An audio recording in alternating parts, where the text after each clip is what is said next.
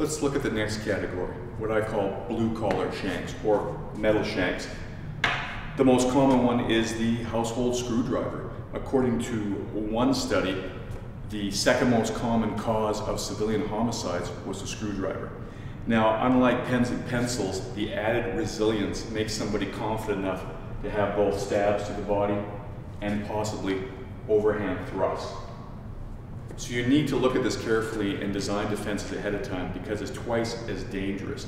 You can attack both the high line and the low line, and the harder construction makes them very, very dangerous. In fact, many screwdrivers are made with tempered steel, better steel than a lot of knives are made out of. There's a reason why so many people are injured and killed by screwdrivers, and a lot of so-called self-defense instructors don't even realize what a high incidence of violence with screwdrivers there are. Other common categories are the fork, same idea. The metal construction makes the guy confident enough to attack the body, although in this case, probably the overhand attack is more likely. And of course, scissors is another common category that's ignored and is equally dangerous. Now, once again, we're going to use this big bright red trainer so you can see well on camera, but you have to imagine that this is a metal screwdriver or scissors. They're everywhere. It's easy to get a hold of. People and thugs can carry them without getting hassled by the cops because they're tools. They're considered tools, not weapons. Now, the real danger increases not only because of the penetrating power that a tempered steel screwdriver can do, but because of that stronger design, the attacker won't hesitate to go to the body too. So now you've got two distinct lines of attack that he could do. If he holds it like this, he's probably going to put it into you. And if he punctures a vital organ, you can go into shock, you're going to be in real trouble. So we looked at what happens if he's using the reverse grip. Now we're going to look at the stab. The stab is dangerous. It's got a lot of power behind it if you're using metal here. So we're going to again look at the standard Brazilian Jiu-Jitsu arsenal. There's a few of them and some are better than others, but the best one that's taught in almost every school is the idea of using two hands. So as he tries to thrust at me, I'm going to take a step like this to angle. So even if my hands don't do the job, hopefully that's going to miss me. Now the important thing is I want to be able to get two hands on there, either stiff arming it if I'm a little early and I want to make a barrier. As long as I keep my hands here, keep thrusting and pull it back.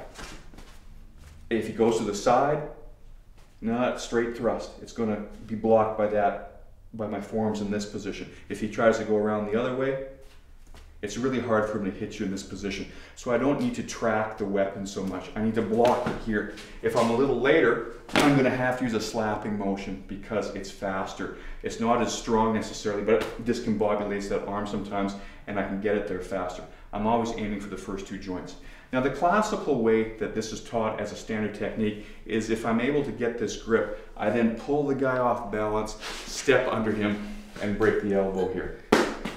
Now, as a standard technique that you need a beginning, a middle, and an end so that you have a way to practice and do your reps, it's good. But I've been doing this technique for over 20 years and I don't think I've ever pulled it in a live speed, full speed simulation. So we've had to look at the problems with it. Okay? The main one is simply trying to do a lock here, trying to go right to that lock. It's not necessary. If I get this far, the most effective way is to go into this 2-on-1 that we talked about. This is a natural way and a more effective thing because it gives me way more options. So let's look at this hold again in detail. Now, through trial, error, and lots of training, we found that the best, simplest, and most effective way to control that arm is to control as many joints of it as possible. Remember, the body moves around its joints. So we have the wrist, the elbow, the shoulder, and the next joint down is the head. If I can control and influence them, I've got very good control. In this case, I've got my wrist, my hand on his wrist.